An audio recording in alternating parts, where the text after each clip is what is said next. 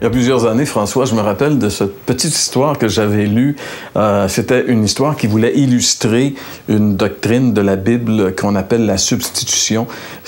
L'histoire était la suivante. C'était un monsieur qui était grimpé dans un clocher pour le réparer parce que, bon, il était brisé.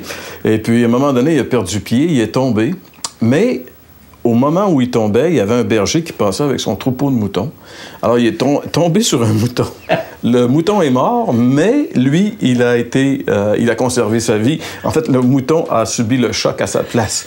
C'est une histoire enfantine un peu, je ne sais pas si elle est vraie, mais elle illustrait très bien la réalité de la substitution. En réalité, c'est que Jésus, c'est lui le mouton qui a pris le choc pour nous, finalement, qui a pris notre place sur la croix. Ouais. C'est un peu ça qu'on a... L'agneau de Dieu, hein? Jean-Baptiste a dit « Voici l'agneau de Dieu qui ôte le péché du monde ». Et ça, pour les Juifs, à l'époque, c'était très, très pertinent parce que pendant des siècles et des siècles, ils avaient immolé des agneaux à cause du péché, sachant que Dieu était courroucé à cause du péché. Et là, tout à coup, le Seigneur Jésus se présente devant Jean-Baptiste, puis il dit « Voici l'agneau de Dieu ». Donc, c'est Jean-Baptiste a dit « Voici l'agneau de Dieu qui ôte le péché du monde ». Oui. C'est là que toute la substitution prend son sens, et c'est là aussi que la possibilité d'être réconcilié avec Dieu prend tout son sens. Ce qui nous empêche et ce qui nous sépare de Dieu, c'est le péché.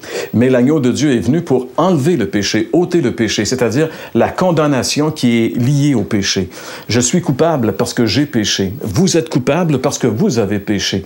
Mais la bonne nouvelle, c'est que Jésus, qui est pas coupable, a payé pour nous à la croix. Et si on croit en lui, en le recevant comme Sauveur et Seigneur, nous avons la vie éternelle et nous sommes réconciliés avec Dieu.